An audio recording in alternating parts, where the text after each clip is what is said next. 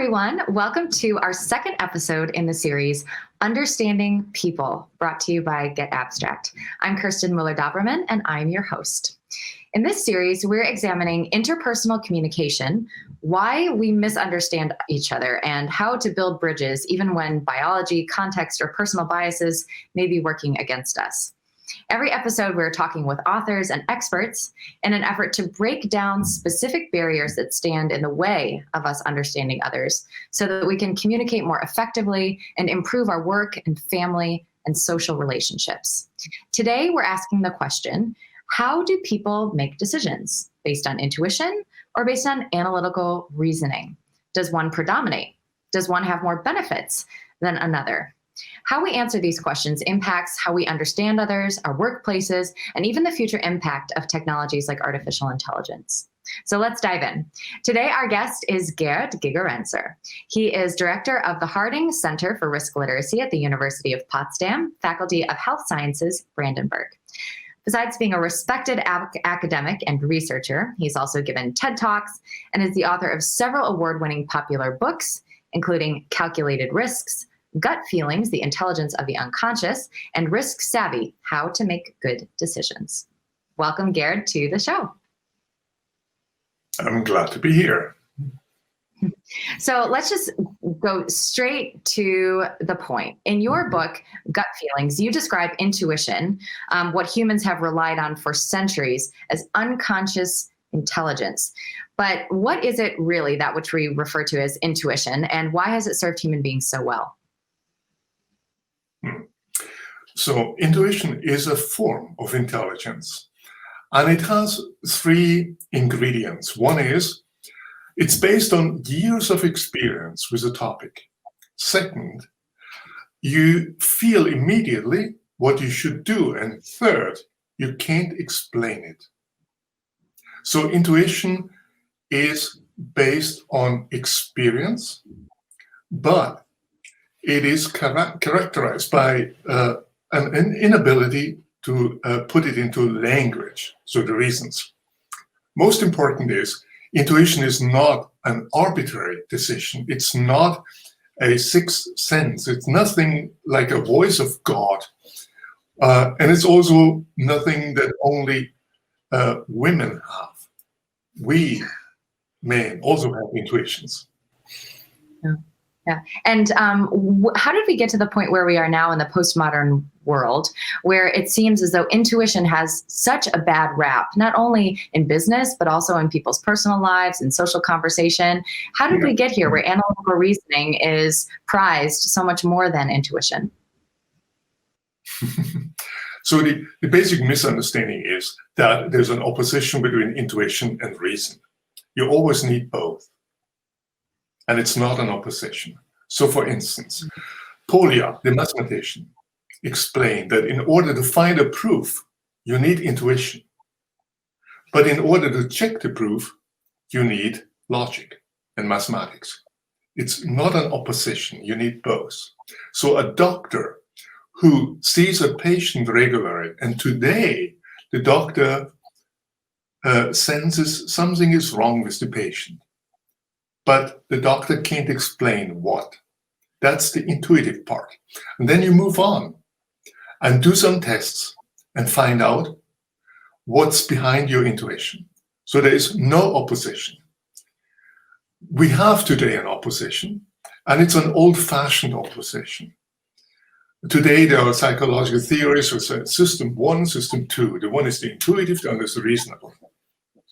And in the good old times, we had theories that the male thought is reason, and the way that females exist is feeling and intuition.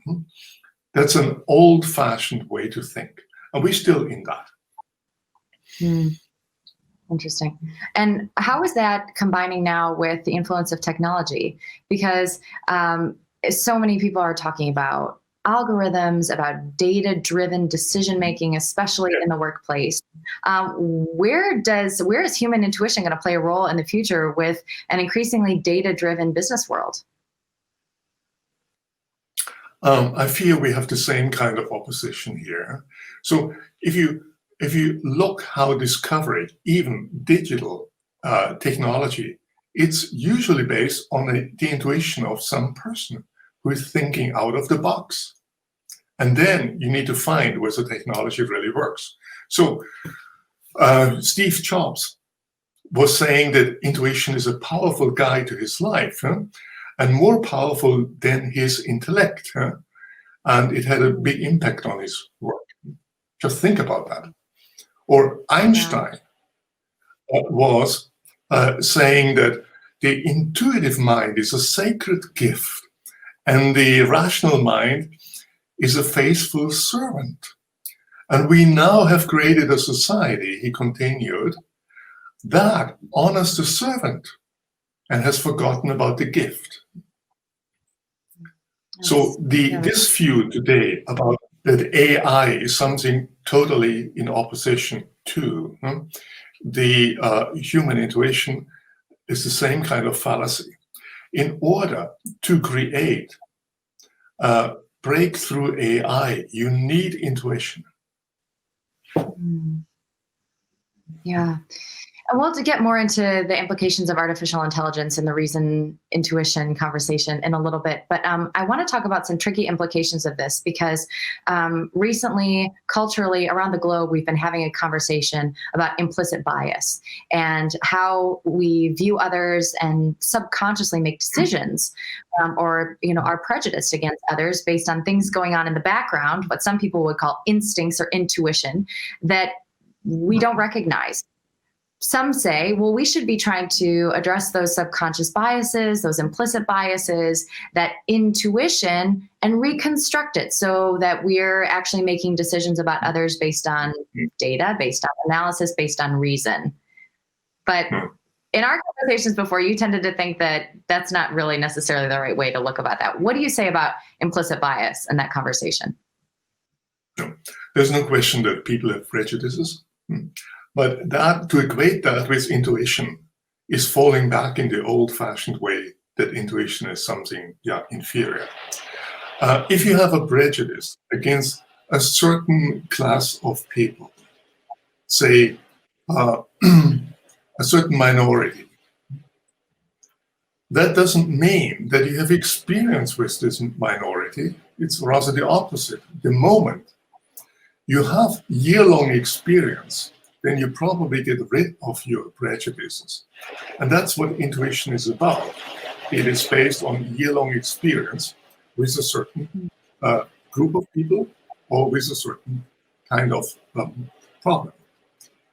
And to add to that, the idea that algorithms would have no biases or no prejudices is equally silly. Namely, typically algorithms like search engines or the rank page algorithms, they are based on what people do and what people click at. And there are a number of experiments that have shown that these algorithms just reflect and maybe even amplify the prejudices. So there's a wonderful experiment where someone has dared to like everything on Facebook. And then at the end, he ended up with the worst right-wing prejudices. Yeah. So It's an illusion to think about AI as something by itself. AI is always built by people, and it's used by people, and it can be used in a way that you might call prejudice. It can be used in another way. So there are always people behind AI.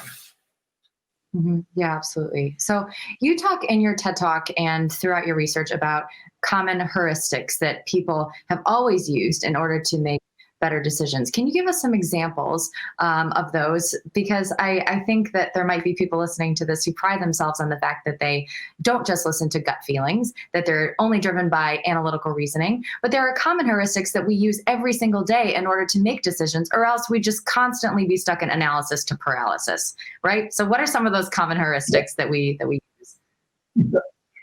So let's begin with a very simple one. So when I go to a restaurant and it's a good restaurant, I usually don't even try to open the menu, but ask the waiter what she would eat here this evening.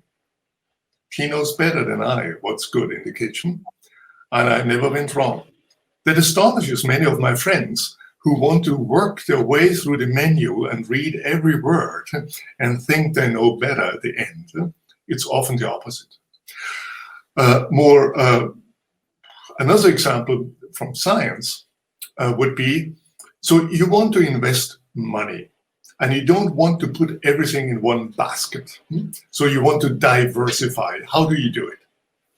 Harry Markowitz had got his Nobel Economic Prize for finding the answer. And it's a highly complicated but standard probability model. It's called the mean variance portfolio. When Harry Markowitz invested his own money for the time after his retirement, so he used his Nobel Prize winning optimization model. So we might think he did not.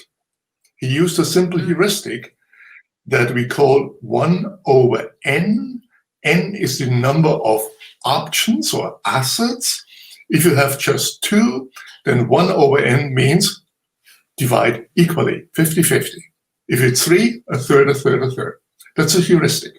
So a heuristic is a very simple rule that often looks stupid if you believe that complex problems always need to be solved by complex solutions. But in that case, there are a number of studies that have shown that you make more money with 1 over n than with Markowitz mean variance optimization or more modern Bayesian type of models. So a heuristic is a rule that is deliberately simple, ignores information, and that has a rationale. And the rationale is in statistics called you avoid overfitting. So Markowitz modeling needs to estimate large numbers of parameters, a so-called covariance matrix from past data. And that is, unless you have a stable world and tons of data, almost impossible. So it incurs lots of errors through estimating. 1 over n, a heuristic, estimates nothing, but just uses a reasonable strategy that's robust. And the interesting question is not whether optimization is better in the real world than a heuristic, but when is it the case? Can we identify the situation where it pays to make complex calculations where not? This question is almost never posed. Yeah, and that gets to a really interesting study that you mentioned that I'd like for you to share, because it almost seems as though, we are so lucky to live in such a technologically advanced society, and we should be very grateful for that. But on the other hand, it can put pressures on people, business leaders, employees to use data where a more simple solution might be better, as you just explained. It also might be responsible for getting leaders out of sticky situations or giving them reasons to support decisions that they made, which leads to a great study that you did among leaders and whether they used intuition or they would say more data-driven, a data-driven approach to make their decisions. What did you find in your research? So I think you mean the study I did with large corporations and their leaderships. So to make it short, I was working with a number of large corporations and asked the top leadership, how often is a professional decision of importance that you are part or you yourself take, at the end, a gut decision. So emphasis at the end, because all these people in leading positions will go through the data, but typically the data doesn't give you a definite answer. And if then they use their own experience, their own gut feeling, and think we shouldn't do that, or we're going for that, that's what I mean. So what do you think? How many important decisions in big businesses. So are we going, a company that's in the UK, are we going to Taiwan or not? So how these are decisions on a high uncertainty. What proportion of these decisions is at the end a gut decision? The typical answer is that 50% of all important decisions are gut decisions. But the same executives would never dare to admit that in public because of fear. If you make a gut decision, you have to take over the responsibility. And we live in a society where fewer and fewer executives and politicians are willing to take over responsibility. What's happening is that they typically make an intuitive decision, and then they ask an employee to find the reasons for it. So for the next 2 weeks. And then the gut decision is presented as a reason-based, data-based, possibly big data decision. That's a waste of time, of energy and intelligence, only because of fear. There is a more costly version of that. So again, there is a gut decision, and then you hire a consulting firm who then will confirm your gut decision on a 200-page document and with PowerPoint, without ever mentioning the intuitive part of the decision making. That's an even more waste, because consulting firms have good young people and their intelligence is wasted to just find reasons for some gut decisions at the end. So that's part of the reality that's going on. And the executives are well informed to rely in those situations on their own intuition, a term which I use synonymously for gut decisions, in situations that are uncertain, where you cannot calculate and predict the best answer, and where they themselves have lots of experience. But still, as you said before, in our society, it's very hard to stand up to intuitive decisions. In my experience, it's the only ones who have little problem are family businesses. It's their own money, and they don't waste their own money on finding reasons after the fact. And it's female executives. Women have more courage than men. You know, it's really interesting that you say that. And you know, we're recording this in the fall of 2020, and you know, have been dealing with the coronavirus and the spread of the pandemic for the last several months. And there has been much analysis and commentary that female leaders of countries have handled the pandemic and better than their male counterparts. And that is what news and analysis have said. It's not necessarily my personal opinion, but you know, that has been a conversation. And how have female leaders handled this differently? And what you just said about intuition and taking care of their people, and how to move about in a situation with so much uncertainty is a trait that these women have exhibited and they've trusted. And that leads me to this conversation about making decisions in uncertainty, because that's something, again, you mentioned in your TED Talk. How would you encourage someone to go about making a business decision, a family decision in these very, very uncertain times, when they might be so tempted to just look at the analytical reasoning to make their decision? Yeah. So let's start with the distinction between risk and uncertainty. It is an old distinction, and it's usually attributed to Frank Knight, an economist who wrote a book on risk, uncertainty, and profit, arguing that in a world of risk, you can't make profit, but only under uncertainty. So what is risk? Risk is a situation where you know everything that can happen in the future. You know all the consequences and the probabilities. So if you play the roulette, that's what it is. You can count, you know all the possible outcomes, and the probabilities. Playing roulette, you don't need any psychology. You don't need intuition. You don't need courage or anything like that. You can just calculate.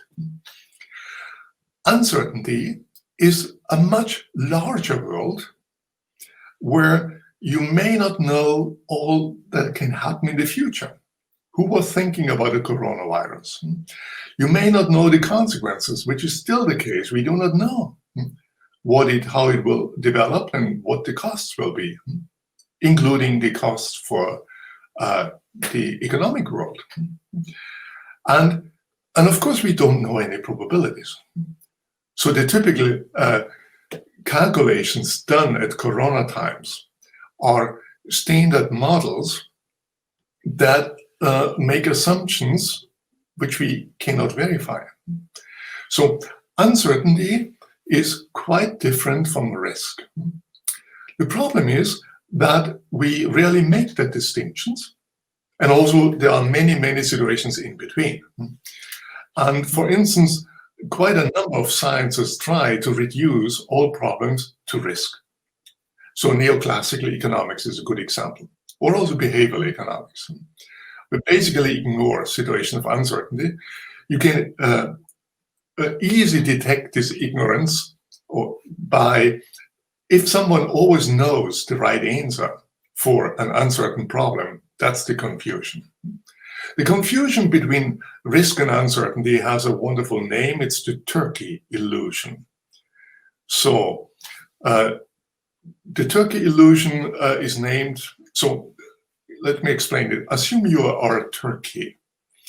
It's the first day of your life, and a man comes, and you fear he will kill me, but he feeds you. Second day of your life, the man comes again. You fear he will kill me, but he feeds you. Third day of your life, the same thing happened. According to standard probability model, like Bayesian probability updating, the probability that he will feed you and not kill you increases every day. At day 100, it is higher than ever before, but it's the day before Thanksgiving and you're dead meat. The turkey was missing an important information, and he was actually not living in a world of risk, but uncertainty. So that sounds a funny story, but we do have the same, we have seen the same happening before the financial crisis of 2008, where the estimates based on similar probability methods that about various financial indicators were going up and up and up and up and up, and everything got more certain until, all the things change. So this is why the distinction between risk and uncertainty is important. I would say that psychology evolved to deal with uncertainty, not with risk. And risk you just need to calculate. That's the world of algorithms. That's the world of where AI can do best. But we need feelings of trust because of uncertainty. If you live like in the good old days in a little village of a few people, everyone watches everyone else. You don't need trust, you know. What's this? The moment in history, long distance, so people traveled long distance to deal bargains with other cultures. Then you needed trust. And today, in big cities and in a world where you're even more disconnected, like in the social media, despite you are connected, but most of your friends you never have, because you don't meet at face. The psychology is so much more important than ever before. So risk versus uncertainty is a basic distinction, and it's one of the one that's constantly ignored. I have seen, for instance, recently I gave a talk in a big economic conference, and then a famous economist came to me and said, "Nice talk, but I really hate the distinction between risk and uncertainty." You can't optimize anymore. You see, you need a different kind. It's not that you have to do then something mystical. No, we use mathematics, but you can't use optimization models, which assume that you know the future. You need a different kind of mathematics, and heuristics are based. They are simple. A heuristic like 1/n, you can simulate it, and you can show whether it makes more profit than, say, a complex Bayesian model. So you still need mathematics, but there is not only one mathematics. Yeah, absolutely. I love how you've demystified this topic so much, and that it's not intuition versus reason. It's not science or math versus creativity and feelings, that these things work in concert, and that in order for us to understand ourselves, to understand the others, and to better understand the way we or our boss makes a decision, we have to understand how these two work together, right? Mm-hmm. Yeah, absolutely. Indeed. I think it's such a simple idea. Yeah? Don't think about these as oppositions, but think about how they go together. And in my own scientific work, I need intuition based on many years of experience to find new ideas. And then I need statistics and modeling and experiments to find out which of these ideas are good ones and which are not. It's just one thing. If you would have no intuition, there wouldn't be good science. You might just do the same thing again and vary a few little things. And intuitive ideas also mean daring to go in a field where no certainty is. And that takes courage, as you said. Yeah. That's, yeah. I don't know whether you have read Kant's, the philosopher Kant's great essay on the Enlightenment, and he ends with two Latin words, sapere audi, which mean have the courage to know. And I think it's a deep wisdom. Knowing but alone doesn't get us anywhere unless we have the courage to stand up for it. And courage alone can just lead to disasters. And many people who are smart on intelligence fear that if they would stand up to their ideas, they would get punished. Kant got punished. Yeah? Almost everyone gets punished. Einstein had a horrible time in the 1920s. And Galilei is well known. So you have to be a kind of martyr, but at the end, what's life for if you don't stand up for your ideas? But the ideas need to be critical ideas. You need to be willing to change your ideas and not just to look for confirming evidence. So that's for me also a future, how to handle the digital revolution in which we are, in order to make people smarter, not just think about smarter algorithms. That's the term smart is misplaced to refrigerators, to cars and other things. And almost nobody thinks about making people smarter so that they understand who is behind a message that you see, and how can I find out? And just don't trust everyone in things, but and have a little bit courage to think for yourself, even if your friends have some kind of weird theory. Yep, absolutely. Yeah, wow. Gerd, you have given me so much to think about. I've loved reading your work and speaking with you and hearing from you. And I know that you've given our audience as well so many good things to think about. And I love that you brought up Kant and the great philosopher, and inspired us all to live more courageously. And what is life for if you are not going to stand up for your ideas? Thank you for those wise words. It was a pleasure. And thank all of you so much for watching this second episode of our series, Understanding People. I hope you left with some good insights today. We'll be back in a couple weeks for our next episode. Of course, if you found something interesting in this you want to share, please go ahead. This video will be on all of getAbstract's social media feeds, so that you can very easily share that with a friend or a colleague. Just try to spread this wisdom and knowledge. That's what we're all about here at getAbstract, is exploring these ideas, proclaiming them courageously, and sharing them with others. So we encourage you to go ahead and do that. We'll see you in a couple weeks for our next episode. Have a wonderful day wherever you are.